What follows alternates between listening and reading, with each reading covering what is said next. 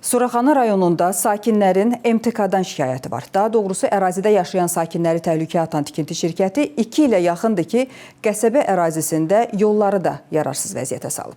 Günəşli qəsəbəsi V massivindən qaynar xəttimizə daxil olan şikayəti əməkdaşımız Rəşad Vəkiloğlu araşdırıb. Burada aparılan inşaat işləri elə ərazidə yaşayan sakinlərin gününü sözün əsl mənasında cəhənnəmə döndərib. Yol yoxdur, maşın sürmə. Bu yoldurmu? Kənddə belə yol yoxdur, qardaş. Buradan Zakatala, Balakəran kimi gəlirsən, belə yol yoxdur. Şəhərin göyə metroya yaxın yeridir bura. Burada çəkiləsi heç nə yoxdur. Qəşinin yolu pasiyanla belə olub, istəyir o tərəf, istəyir D massivi, pasiyanla belədir. Tikintilər də gəldi, vapşı pisinə qoydu. Çox mənzilli bina inşa edilir, ancaq ərazidə heç bir təhlükəsizlik tədbiri görülmədən prosesdə düz 2 ildir davam etməkdədir. Yolun ortasına tökülən torpaq qalaqları küləkli havada birbaşa yaşayış evlərinə dolur. Bunu özümüz də müşahidə elədik. Problem bununla da yekunlaşmır. Burada çalışan ağır tonnajlı texnikalar bu ərazidə yolu da yararsız vəziyyətə salıb. Görüntülər Suraxanı rayonu Yeni Günəşli qəsəbəsi V massivi Samir Cəfərov küçəsində Fin İnşaat Qrup MMC tərəfindən tikilməkdə olan binadandır. Yoxdur şirkətin. Burada heç kim yoxdur. Əlaqələndirə bilərsiniz, mən mövqe öyrənək. Yox, nə vaxtsa gələ bilərlər. İndi sabah gələcəklər, bu gün gələcəklər. Əlaqələndirin, qoy sualımızı siz cavab vermək istəmirsiniz, sualı ona verin. Burada yoxdur heç. Necə əlaqələndirin? Mobil telefon nömrəsi verin. Mən bilmirəm heç kimin nömrəsini burada. Mən Necə işləyirsiniz mühafizə rəisiniz? Qardaşım, mən nə olsun ki mühafizə rəisiyəm?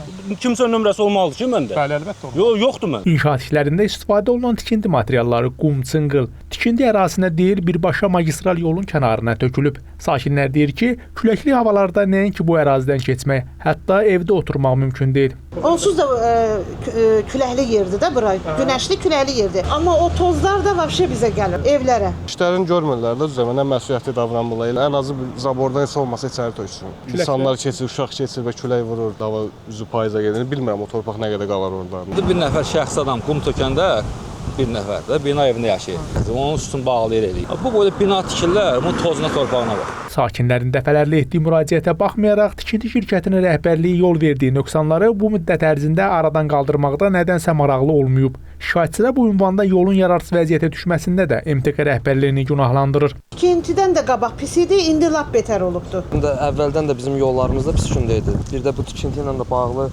daha da pis günə qalıb, qazıntı da burada olub. Həm də toz dumandır, torpaq da hər yer, uşaqlar gedir, gəlir, bir maneələr törədirlər. Yollardakı bərbad vəziyyət. Suraxanı rayon icra hakimiyyətindən bildirildi ki, yolların mühafizəsi qurumun səlahiyyətlərinə aid deyil. Lakin məsələ ilə bağlı rayon icra hakimiyyəti tərəfindən MTK rəhbərliyinə müvafiq tövsiyələr verilib. 110 küçədə bu istiqamət təmir işləri aparılması nəzərdə tutulub. 30-a yaxın küçədə artıq yekunlaşıb, 20-yə yaxın küçədə bu istiqamət işləri davam etdirilir. Mərhələli şəkildə digər ərazilərdə də bu işlərin icrası həyata keçiriləcək. O cümlədən də Suraxanı rayonu ərazisində də təmir işlərimiz aparılır.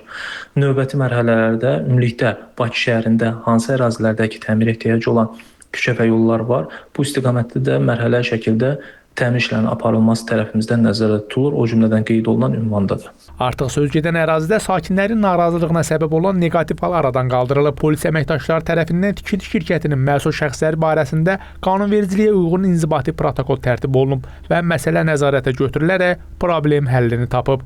Rəşad Vəkiloğlu, Hikmət Quliyev, Space xəbər.